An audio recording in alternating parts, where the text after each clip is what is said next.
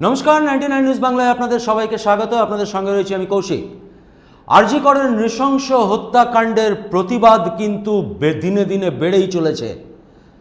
অরাজনৈতিক ব্যক্তিত্বরা যেরকম মিটিং মিছিল করছেন, তেমন কিন্তু রাজনৈতিক দলগুলো বাদ নেই। আজ রবিবার দুর্গাপুরে কংগ্রেসের নেতৃত্বে এক বিশাল মিছিলের আয়োজন হয়েছিল। যে মিছিল শুরু হয়েছিল পাঁচমাথা মোড় থেকে এবং সেই মিছিল হয় দুর্গাপুরের ভিরিঙ্গি মোড় পর্যন্ত। কংগ্রেস জেলা সভাপতি দেবেশ চক্রবর্তীর নেতৃত্বে এই মিছিল আয়োজিত হয়। একেবারে রবিবার সরিয়ে সকালে কংগ্রেসের এই মিছিল আরজিকর কাণ্ডে দোষীদের শাস্তির দাবিতে জেলা সভাপতি দেবেশ চক্রবর্তীর নেতৃত্বে কংগ্রেসের নেতাকর্মীরা পা মেলান এই মিছিলে।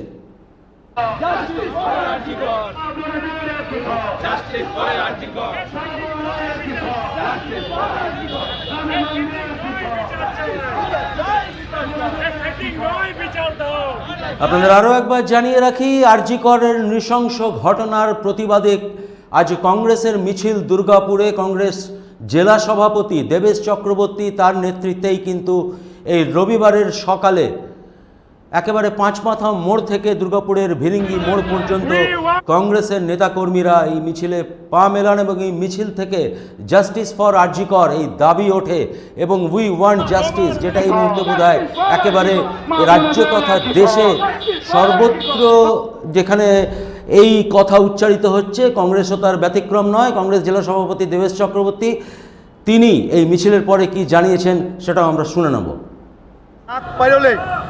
এক মাস অতিক্রান্ত হবে, কিন্তু এখনও তিলোত্তমার আসামিদের যথোপযুক্ত শাস্তির কোনো বিধান হয়নি। বহু আসামি এখনও বাইরে ঘুরে বেড়াচ্ছে। পুলিশ তদন্ত লোপের চেষ্টা করছে, সিডিআই এক মাস ধরে নীরব দর্শকের ভূমিকায় পালন করছে। আজকে রাত পেরোলে এক মাস, তাই আমরা প্রতিবাদে সোচ্চার হয়েছি।